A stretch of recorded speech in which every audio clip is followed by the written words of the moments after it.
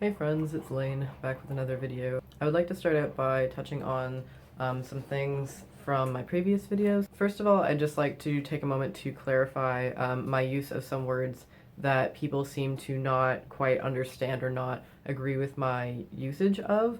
And so I'd like to clarify what I mean by certain words, by my use of certain words, the first of which being fascism, or referring to people as fascists.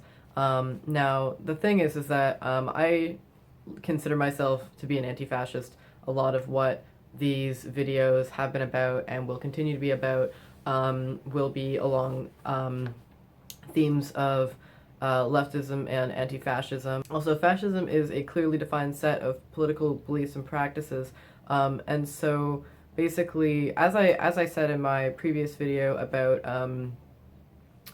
fascism and liberalism in the Overton window, most fascists do not identify as fascists because we have that cultural baggage. We have, the memory of the Second World War still in our public consciousness, and so it would be unproductive for most people, for fascists to openly identify as fascists, at least most of them, and at least we're not there yet. Maybe if this all goes downhill, we'll get to a point where people would be like, yeah, no, we're actually just Nazis. But at this point, like, it's still not socially acceptable to do that. And so, in my mind, when I call someone a fascist, or when I say, like, the United States is a fascism, what I'm referring to is the actual ideologies and practices that are fascism. Fascism is defined by 14 traits, which I have written down so that I can talk about them. These 14 traits being nationalism, the disdain for the recognition of human rights, identification of enemy scapegoats in order to unify a cause, military supremacy, sexism, discrediting and control of the media, focus on national security, religion or culture being wrapped up in the government, prioritization of corporate interests, suppression of labor organization, disdain for academia and the arts, obsession with crime and punishment, cronyism and corruption, and fraudulent elections. And if you will go down that list, you will realize that every single trait is met by the current United States government, and every single trait, or at least no traits are explicitly contested, in pretty much everyone that I have referred to as a fascist. The other thing is that even if someone does not necessarily agree with all of the tenets of fascism, if someone is collaborating with fascists, if someone is supporting Donald Trump, if someone is working with fascists or working with systems of government towards ends that are fascist, then I consider them to be a fascist in that they are a collaborator, the same way that people who collaborated with Nazi Germany were, considered to be collaborators and considered to be basically just as bad. So even if someone is not at the forefront of pushing a fascist agenda, if someone is working with fascists and working towards ends that are fascist, then the distinction doesn't really matter, at least not in my mind, and I think at least not in most people who consider themselves to be anti-fascists mind. The other word that I would like to clarify my usage of was white supremacy, and referring to people as white supremacists. And so again, this is one of those language situations where it's just like, I don't care how you identify because your practice is what this thing is. And so, yeah, most people do not identify as white supremacists. Most people that I have and will refer to as white supremacists do not identify as white supremacists, because, yeah, it's impolite. It's not politically correct, if you will, to imply that you think your race or your racial identity is actually better than other people's. But you can say things like, certain cultures or certain ethnic groups of people are more barbaric. You can position yourself as being inherently more intelligent than other ethnic groups of people. You can promote things like race realism and the idea that there are inherent physiological and psychological differences between the races. And you can espouse these ideas that lead to ethnic nationalism and the desire to divide people up into different groups or nation states based on ethnicity, which is largely just for the purpose of basically white people not wanting to have to interact with other races or cultures of people so that they can like continue to exploit their labor in a way that they don't have to like see or interact with them in any way, which is white supremacy, because like people who espouse white nationalism, while they may not say it, they imply in everything that they do say that like they believe that whiteness is the superior race, and if that was not the case, then they would not be pushing for the division of cultures. Like, Richard Spencer himself does not identify as a white supremacist. He does identify as a white nationalist, but he doesn't identify as a white supremacist. But when asked a question referring to his opinions on people of certain races in an interview, he responded by saying that the question should really be about whether people of other certain races were actually useful, and if not, whether they should be exterminated. Like, that is horrible, like, ethnic cleansing level white supremacy coming from someone who does not identify as a white supremacist. So, again, I do not care. If someone identifies as a fascist, I do not care if someone identifies as a white supremacist. If someone is espousing beliefs and espousing political ideologies that are in accordance with white supremacy and work towards the ends of white supremacy, they are a white supremacist. And if someone is working in towards things that are in accordance with fascism, they are a fascist. So I just wanted to clarify that for anybody who might have been confused about my usage or thinking that I was using overly strong language, I do mean what I say. It's also important to note that fascism has taken on many different forms throughout history, and fascism has been used to work towards many different goals throughout history. So fascism, again, as I said in my previous video, is not necessarily Nazi Germany fascism. It's not necessarily targeting the same people. It's not necessarily working towards the exact same ends that Nazi Germany fascism was. Like, fascism can be used to target other ethnic groups. Fascism can be used to establish other political, like, powers and things like that. And so it's important to look at these traits both in a way that is applied to history and in a way that is borrowing from history but applied to the current socio-political context. So the first trait, nationalism, in its current form is obviously very tied to racial nationalism and white nationalism. The idea that America or countries in Europe or any country is like a white country, and that we shouldn't have to be taking in refugees, we should not be accommodating people of other cultures, people who come into our culture need to completely assimilate to the culture, which is usually white culture, of the area that they're moving into. To which I would say, if you didn't want to have to take in refugees, maybe you shouldn't destabilize the Middle East, but who am I to say? I find this recent rendition of fascism and nationalism to be particularly disgusting, given that it is specifically targeting people whose countries have been ravaged by American and European intervention, like the 7 Muslim majority countries that have been targeted in Trump's immigration ban are actually the 7 Muslim countries that are currently being bombed by the US. And so basically, like, to create international conflict and displace massive amounts of people and then shut your borders to them and be like, it's not our problem. Like, that just is a level of egregious entitlement and lack of regard for human life that I cannot even comprehend. So disdain for the recognition of human rights, Jordan Peterson, and also Donald Trump, and also everyone working for Rebel Media, and also everyone working for Breitbart News. So I actually do specifically want to draw the example of what's going on at the University of Toronto.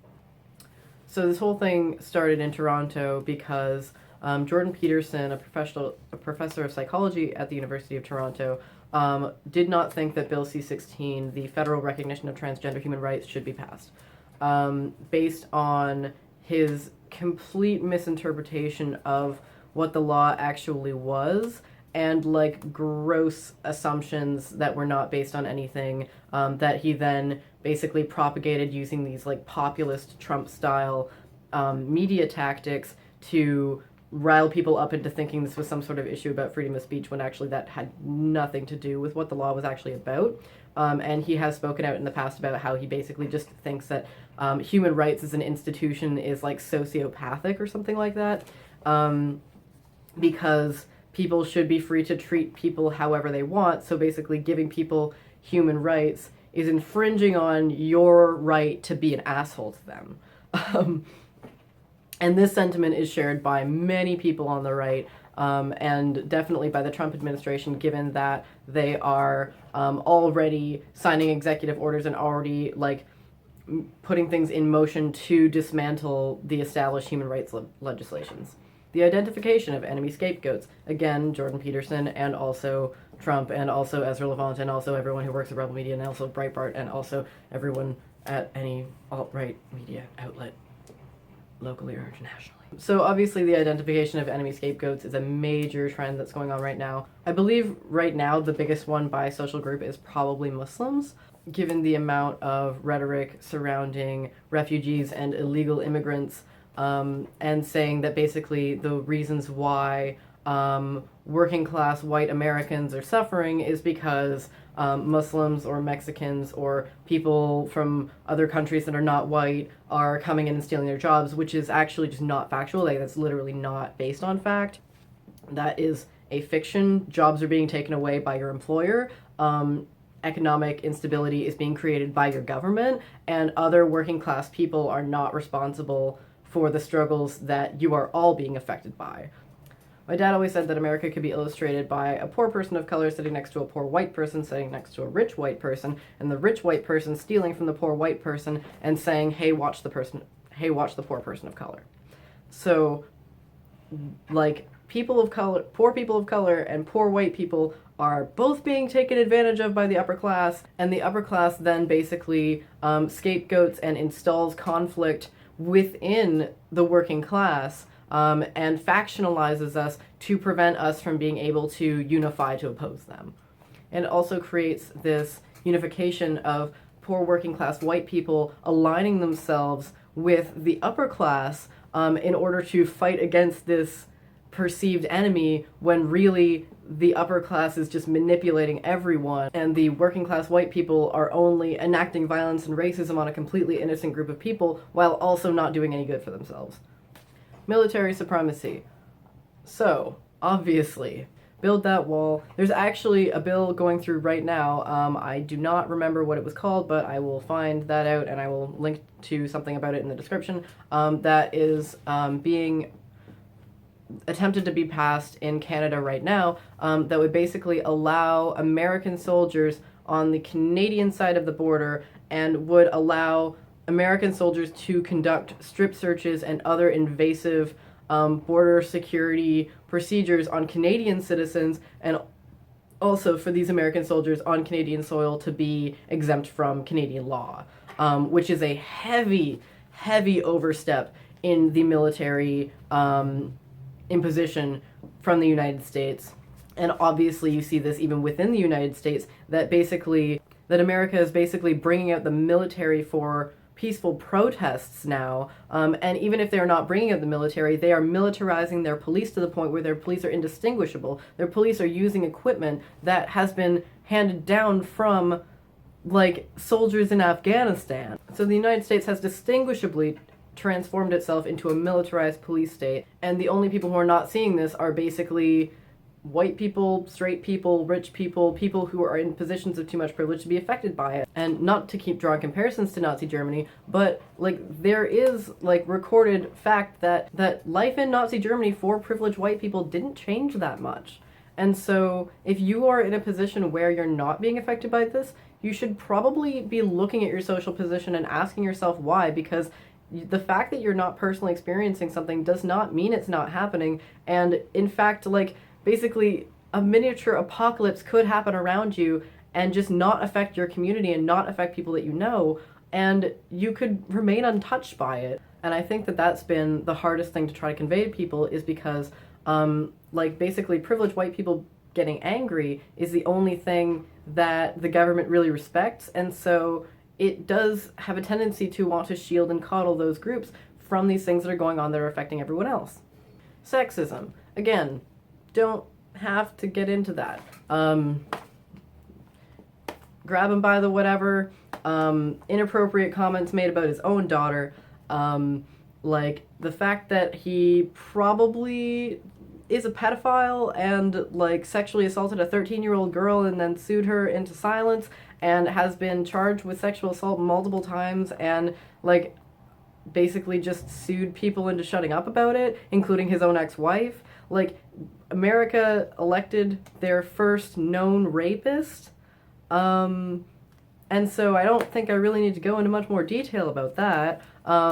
As far as relating it to, like, right-wing media and stuff like that, well, Jordan Peterson is a rampant sexist and basically says that the reason why there aren't women in STEM fields or, like, more hard sciences, says the personality psychologist, is because of some innate chemical brain difference, and also said that, like, there's no evidence that women have been oppressed throughout history. So, you know, he's gone. Also, like, Ezra Levant and everyone involved in rebel media is explicitly anti-feminist and doesn't believe that women are oppressed. Same with Breitbart News, same with, like, so that's, again, very established across the board. I don't even think I really need to go into it. Discrediting and control over the media. So obviously this is happening, and the reason why I wanted to talk a lot about like alt-right and right-wing news and stuff like that is because of the role that they play in that, because basically there have been this establishment of like right-wing alternative media outlets that basically position themselves as, like, the media isn't telling the real story, I'm telling the real story, like, you can't trust the media, only get your media from me. And then you see the people working for these organizations being hired by the fascist government. You're not a rebel.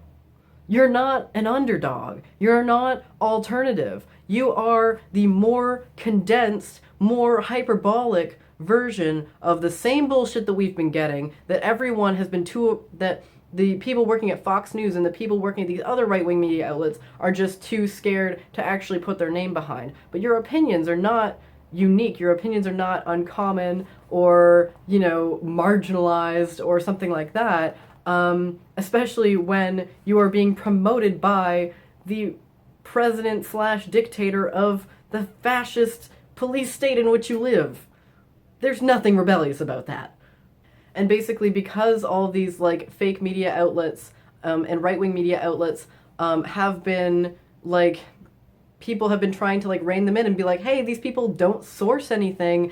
These people, like, never conduct proper studies, do not obey journalistic codes of ethics, like, don't provide evidence for anything that they say. So maybe we shouldn't listen to them, and develop this concept of fake news to try to help people recognize what was going on. And then these media outlets turned it around and said that the fake news was actually coming from the liberal media or the left media or whatever, who actually were, like, sourcing things and stating known facts. The focus on national security. Obviously, Muslim ban, build a wall. I talked about all this back in nationalism, so I don't think I need to go into that any further. Religion and culture being bound up in the media. Now, people might say, you know, Donald Trump's not a Christian, or he's not that much of a Christian, or he's probably an atheist, or whatever. But the thing is that, like, he does identify as a Christian and has been identified as a Christian, and also, like, technically Hitler was an atheist and also, like, pushed for, like, a white Christian agenda. So I think that it's important to establish when talking about the correlation between religion and the state, because so many people on the right, especially the libertarian right, identify as atheists, and they're like, no, we're too good for that. It's not about religion. In a lot of cases, it's about culture. So basically, in the West, Christianity is tied up in whiteness and white culture, and these people also tend to draw on things like the glorious past and religious and cultural iconography and things that they believe apply to white people specifically, and so that is more what I perceive to be the wrapping up of religion and state, is more like the wrapping up of things that are perceived to be related to white culture and state. The prioritization of corporate interests. Again, don't really think I need to go into that. Like, the dude has, like, the head of fast food working on healthcare or something like that, and just, it's just a mess. It's just like, hey, let's find the supervillain corporate dude of everything we need to give a job to and then give it to that guy. Suppression of labor organization. I feel like we're kind of like getting back to the point of almost having another Red Scare. Like there has been so much shit brought up lately about like, oh, the communists and the leftists and we're all like filthy Reds trying to destroy the sanctity of capitalism. And like I feel like A, this is another scapegoating tactic, and B, this is directly related to suppression of the labor movement.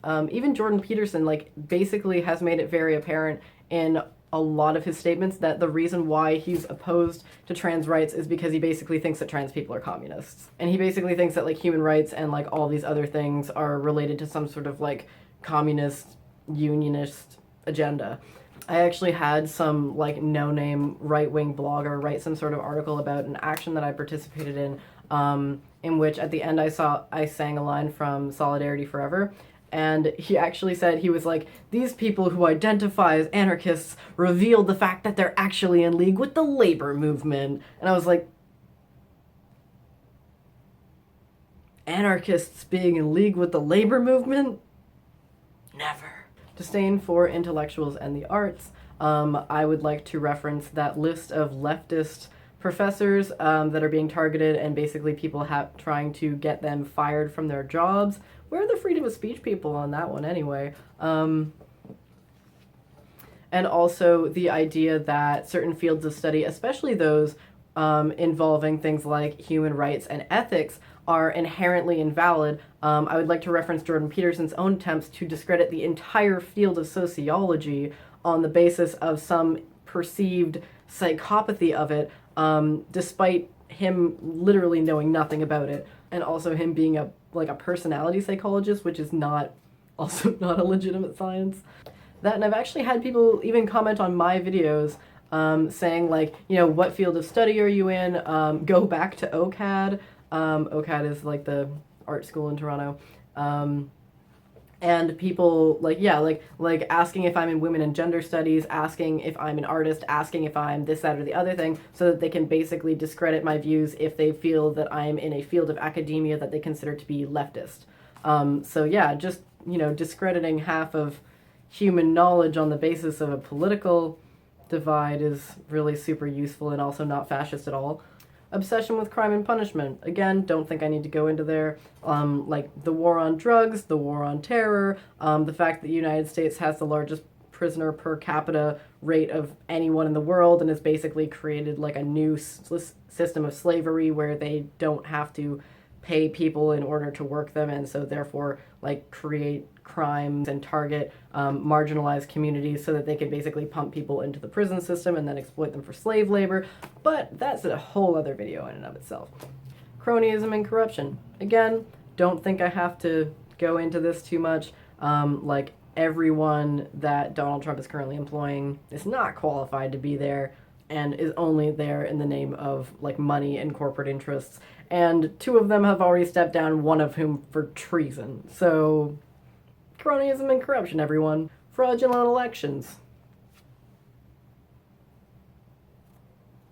Enough said. So yeah, those are the traits of what fascism is. Those are my thoughts on how they apply to the current political situation. If you like this video, let me know. If you have, you know, concerns or want to have a discussion about this, you can leave comments. If there's any other topics that you'd like to be discussed on this channel, you can also leave those in the comments. I recorded a vlog with my partner Cusser last night about the internet and some other things. Unfortunately, the audio got cut off halfway through, and so I will be posting that, but like it's a little bit inconclusive, but hopefully we'll be making more videos together on different topics. Yeah, so I hope everyone has a nice day, and peace out.